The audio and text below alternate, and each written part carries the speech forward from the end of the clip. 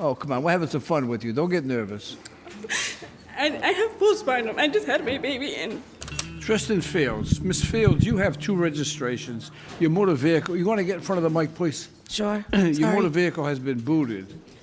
This BR776 isn't I had registered it for my kid's father a couple years ago. We've been separated for almost 3 years, and I failed to get the plates back from that car. Where are the plates now on the BR? I'm not sure. I 776. believe that they're seized. Right here, Miss Fields admits she doesn't know where the plates are, a big red flag legally. Under vehicle registration law, the registered owner remains responsible for all violations tied to that plate, regardless of who's driving. It's a common trap. Helping someone register a car can come back years later to haunt you financially. Viewers, would you ever risk putting a car in your name for someone else? I don't really have contact with my kid's father like that to know. Okay. Well, the last time when's the last time you and he were living together? It's been about 3 years, Your Honor. Where is he now? Around Providence. How many children do you have? I have 4. Yeah. How old are they? 13, 9, 8, 4. And they're all in school? Absolutely. On the vehicle that you drive, you have I know it looks extensive. 13 overnight parking tickets. That means you leave the car in front of your house overnight Absolutely. because you don't have a parking space.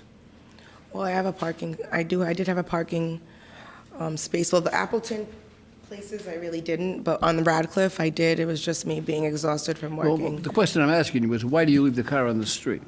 Just me being exhausted, Your Honor. Just what? Speaking to the mic. being exhausted. Do you work? I do. How many hours do you work? At that time, I was working 30 to 40. I'm a medical assistant. Well, my question to you is, you have 4 kids, I do. and you're getting tickets every night. This is where the judge's patience starts to wear thin, and for good reason. 13 overnight parking tickets might sound small, but they add up fast. Providence enforces overnight parking restrictions strictly to prevent street congestion and snow removal issues. Still, Tristan's exhaustion is real. She's juggling kids, work, and stress. It's a clash between human fatigue and legal obligation, something every working parent can relate to. All these tickets, you're getting tickets parking in front of the house. When are you going to learn your lesson? I've learned him. Do you have a parking space now where you can park the car? Absolutely. What else do you want to tell me about this? I'm just trying to get my life together. I understand I do owe on parking tickets.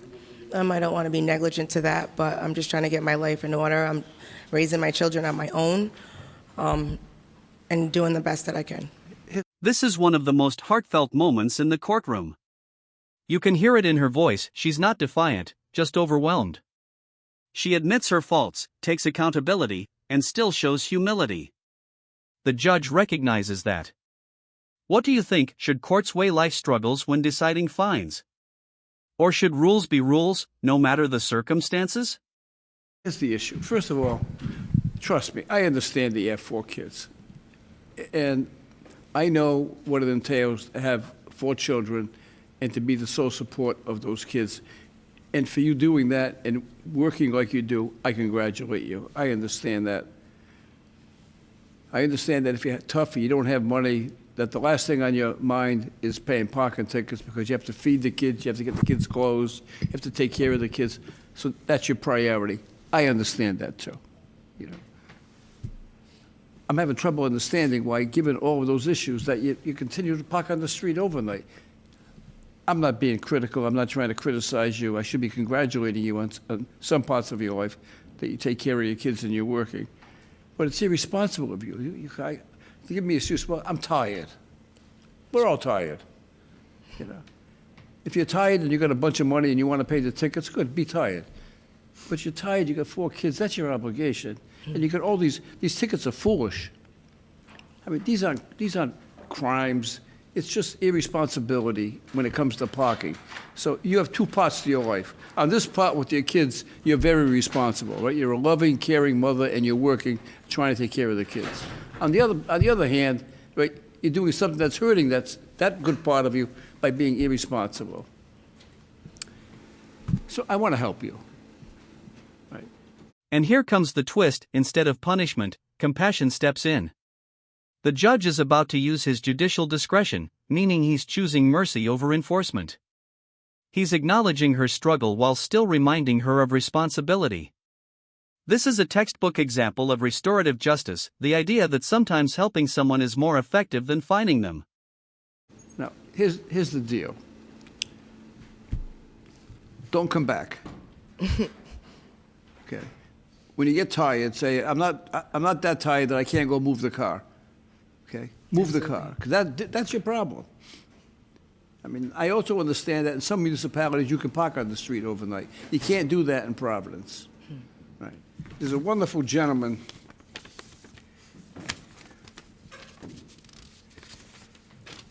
by the name of Stephen Foraquin from Legacy Oaks Court in Midland, Texas. This is incredible. A man from Texas, moved by the struggles of strangers, sends money to help people like Tristan. That's humanity at its best. The donor's act of kindness transforms a courtroom into a moment of hope. Let's be real, it's rare to see justice and compassion working hand in hand like this. Would you ever send money to help someone you've never met just to give them a second chance?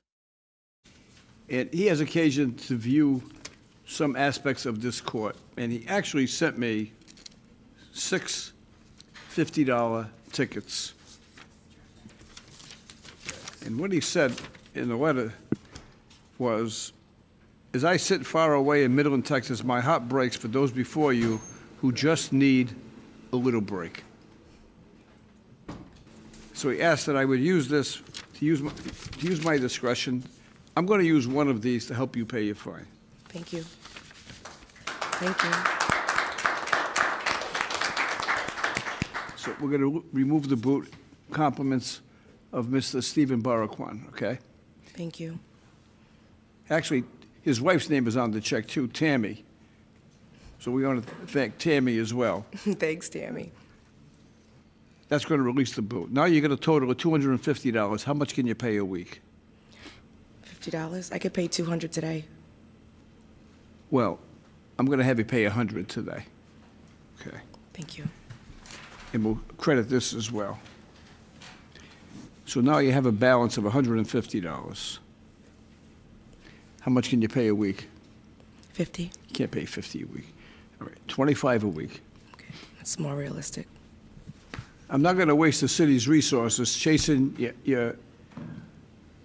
the father of your children, because it's going to be an exercise in futility. The tickets go back 5 years. We're never going to find them.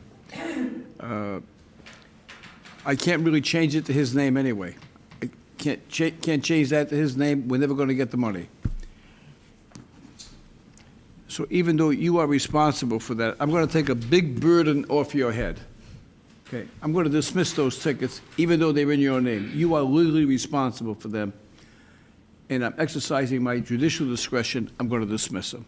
Thank you so much. So that's not hanging over your head, okay? Pay this, move the car, continue to be a good mother, and God love you. Good luck to you. God bless you. Thank you. This case reminds us that justice isn't just about the law, it's about understanding the people behind it. Tristan made mistakes, but she also showed honesty, responsibility, and heart. The judge balanced compassion with accountability, proving that empathy has a place in the courtroom. What did you think? Was the judge too lenient or perfectly fair? If you found this case as touching and thought-provoking as we did, make sure to like, share, and subscribe for more real-life courtroom breakdowns. Good morning. Good morning. Okay, Alondra, you have 3 parking tickets and a red light violation. Let's look at the red light. It's, Okay. let's take a look. This is on North Main and Branch Avenue. What's the time on that? .4. The city allows you 0.2 of a second, and you went through the light 0.4 of a second. But the reason is she was trying to stop, but then she didn't stop. So I'm going to give you a break on the red light violation. Here's what the judge means: red light cameras in Providence allow a grace period of 0.2 seconds. Alandra's car crossed the line at 0.4 seconds, which is barely half a blink longer. Technically, that's a violation. But judges often review whether there was intent. Was she racing through the light we're trying to stop? In this case, it's not just about the numbers, it's about the effort. I don't know about stopping. I didn't see any brake lights. She was stopping. 27 miles an hour? She was trying to stop. Okay. Were you trying to? Oh, I see it now, Judge. Get close to the mic. Were you trying to I was stop? looking at the wrong I video. was. Watch this. Look at her. Yes. Were you trying to stop? This moment hits hard. Alandra admits she just had a baby and is suffering from postpartum anxiety. That's a real and often misunderstood condition that can cause overwhelming stress and fear. You can feel her breaking down, not because of the fine, but because life has become too heavy. This courtroom just turned from legal to deeply human. How would you have reacted in her place? Oh, come on. We're having some fun with you. Don't get nervous. I have postpartum. I just had my baby and All right. I'm sorry. Just relax, honey. There's some Kleenex for you. There's some Kleenex for you. I'm sorry. All right. I know it's not that big, but it's me. It's me. Don't get nervous. Don't get nervous. We'll put you at ease. Tell us about the baby. Well, he's 2 months. Baby's 2 months old? Yeah. What's the baby's name? Brayson. Yeah. How many children do you have? This is my first. Yeah. Well, it's a wonderful event. I'm sorry. You can see how emotional weight builds up for new mothers. She's apologizing for crying, but she doesn't need to. This is a glimpse into the pressure so many young parents face. The judge, instead of getting impatient, shifts into comfort mode. He becomes more than a judge, he becomes a father figure, reminding her that empathy still exists inside the justice system.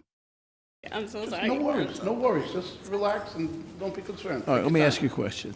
I'm so sorry. No, don't apologize. Take your time. Don't worry about it. Don't be sorry. What are you nervous about? Everything. I've never been to court. Okay, am I making you nervous? I'm so sorry. No. I'm not trying to make you nervous. All right, let me tell you what we're going to do. We're going to dismiss the red light ticket. Okay? Because even though Inspector Quinn was questionable, I think you were trying to stop.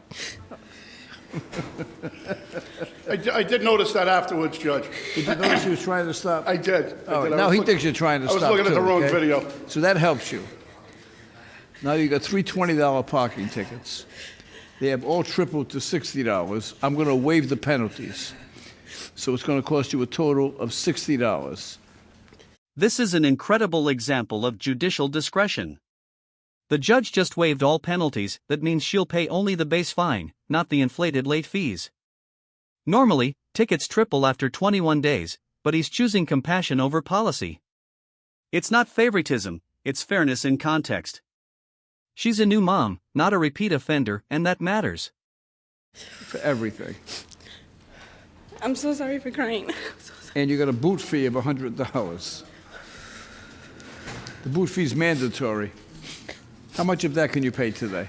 I have 60 on me. All right, I'm going to release the boot. I'm not going to take the $60 from you. You got a baby, so Okay, that's fine. I'm going to release the boot. Okay. All right, then how much can you pay a week after that? I'm just waiting for my TCI to come in. You can just mail it in. Don't worry about it. Okay. They'll tell you where to mail it. But how much can you pay a week? I can do 20. 20 is fine. That's Can you fine. afford 20? I'm just waiting to see how much I would get from my TCI. And then after that, I can send out how much you guys need me to send out. No, don't overdo it. Take care of the baby first, then worry about the parking tickets. Okay. Okay? Nothing bad is going to happen here. Right, do you understand that?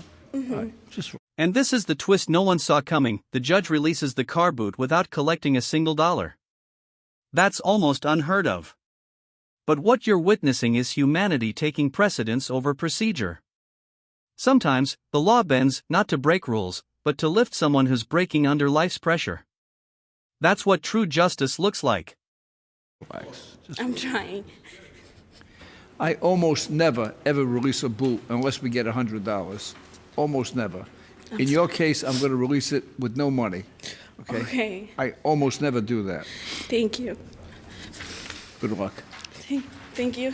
In the end, this wasn't just about traffic violations, it was about seeing the person behind the paperwork.